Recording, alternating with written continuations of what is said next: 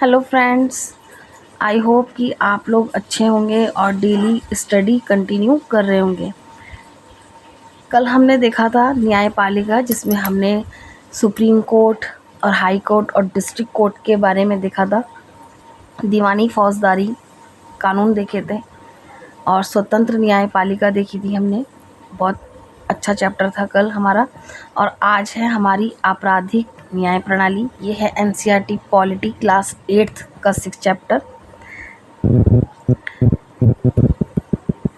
जब किसी व्यक्ति को गिरफ्तार किया जाता है तो अदालत ही तय करती है, यानी कि जब किसी को गिरफ्तार किया जाएगा तो अदालत ही तय करेगी कि वो आरोपी दोषी है या नहीं।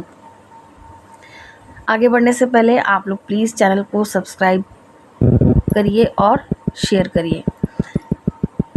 संविधान के अनुसार अगर किसी व्यक्ति पर कोई आरोप लगाया जाता है तो उसे निष्पक्ष सुनवाई का अधिकार होता है। यानी कि अगर किसी व्यक्ति पर कोई आरोप लगाया जा रहा है तो उसको सुनवाई का अधिकार होगा।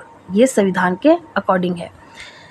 पुलिस, सरकारी वकील, बचाव पक्ष का वकील और न्यायाधीश यानी कि जज, ये जो 4 अधिकारी होते हैं ये आपराधिक न्याय प्रणाली में मुख्य भूमिका निभाते या मुख्य लोग होते हैं। अब हम देखेंगे यहाँ पे संविधान के अनुच्छेद, यहाँ पे आर्टिकल 22 है, ये अनुच्छेद 22। प्रत्येक व्यक्ति को एक वकील के ज़रिए अपना बचाव करने का अधिकार है। यानी कि प्रत्येक व्यक्ति को, यानी कि जो अपराधी है उसको अधिकार है कि वह अपने बचाव के लिए एक वकील करे। आर्टिकल 20 यानी कि अनुच्छेद 20, जब तक अपराध सिद्ध नहीं हो जाता कोई बंदी नहीं बना सकता। यानी कि जब तक उस पर कोई जो अपराध लगा है, जब तक वो सिद्ध नहीं हो जाता है कि ये हाँ अपराधी है या दोषी है, तब तक उसको बंदी नहीं बनाया जा सकता, ना उसे कोई दंड दिया जा सकता है। आर्टिकल 29A यानी कि आर्टिकल 39A, ऐसे नागरिक को वकील मुहैया कराने की जिम्मेदारी राज्य के ऊपर है जो गरीबी के कारण वकील नहीं रख सकता। यानी कि जो गरीब है, जो वकील प्रोवाइड नहीं कर सकता, नहीं, उसके पास इतनी मनी नहीं है कि वो एक वकील कर सके, तो ये राज्य की जिम्मेदारी होती है कि वो उसको एक वकील प्रोवाइड करवाए।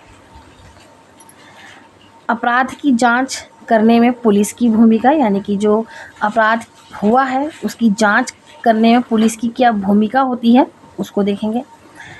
पुलिस पहले अपने स्तर पर जांच करती है, यानी कि उसको एफआईआर कहते हैं, यानी कि फर्स्ट इंफॉर्मेशन रिपोर्ट। पुलिस जो सबसे पहले जो जांच करेगी, यानी कि वो सबसे पहले एफआईआर दर्ज करेगी, एफआईआर लिखेगी, और एफआईआर की फुल फॉर्म है फर्स्ट इंफॉर्मेशन रिपोर्ट।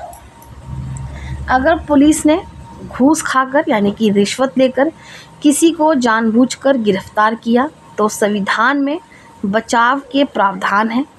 यानी कि अगर पुलिस जो है वो रिश्वत ले रही है जानबूझकर और किसी और व्यक्ति को गिरफ्तार कर रही है तो उसके लिए भी संविधान में जो है बचाव के प्रावधान हैं।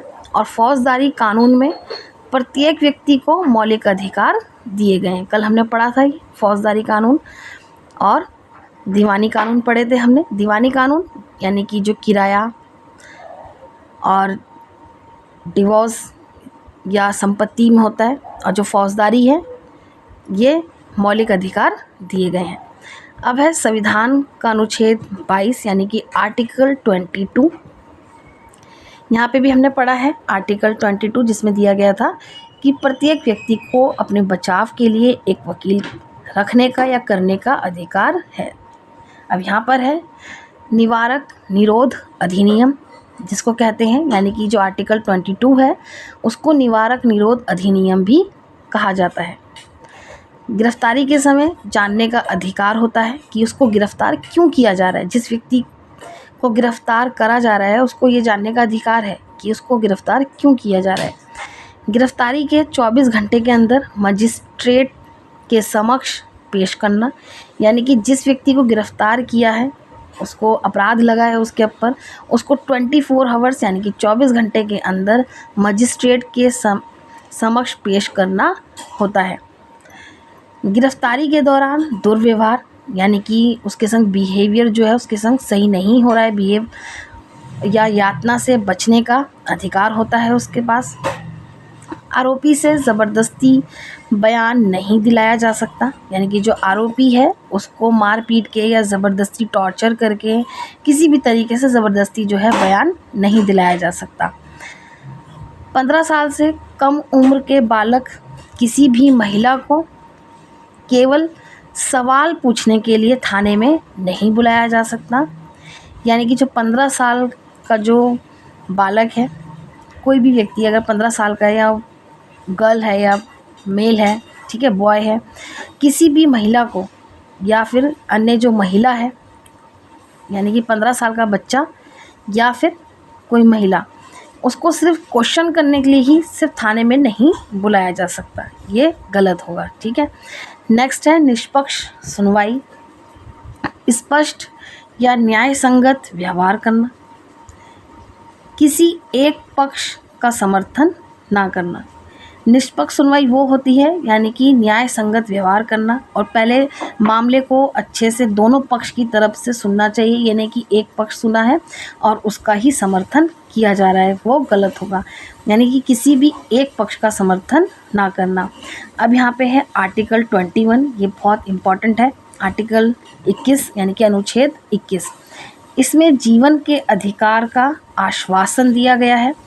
इसका अर्थ है कि ये सिर्फ तर्कसंगत व न्याय संगत या न्यायपूर्ण प्रक्रिया के द्वारा ही छीना जा सकता है, यानी कि इसमें जो ये आर्टिकल है, ये जीवन के अधिकार का आश्वासन देता है।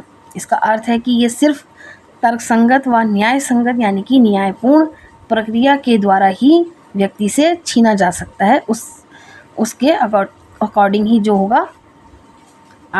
आर्टिकल जो है ये कहता है कि व्यक्ति से न्यायपूर्ण प्रक्रिया के द्वारा ही ये छीना जाएगा, यानी कि जो जीवन का अधिकार का आश्वासन है, ठीक है। तो यहाँ पे आप लोगों का ये चैप्टर फिनिश होता है। कल हम देखेंगे हाशियाकरण की समझ।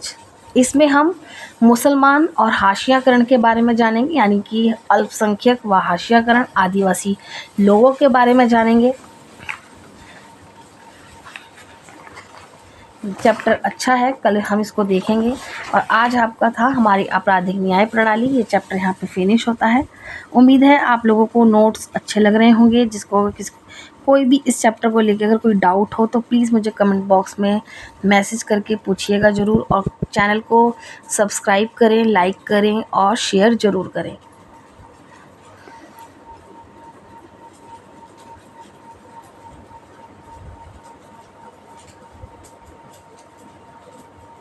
आप सबको मेरा कल तक के लिए, तब तक के लिए बाय बाय।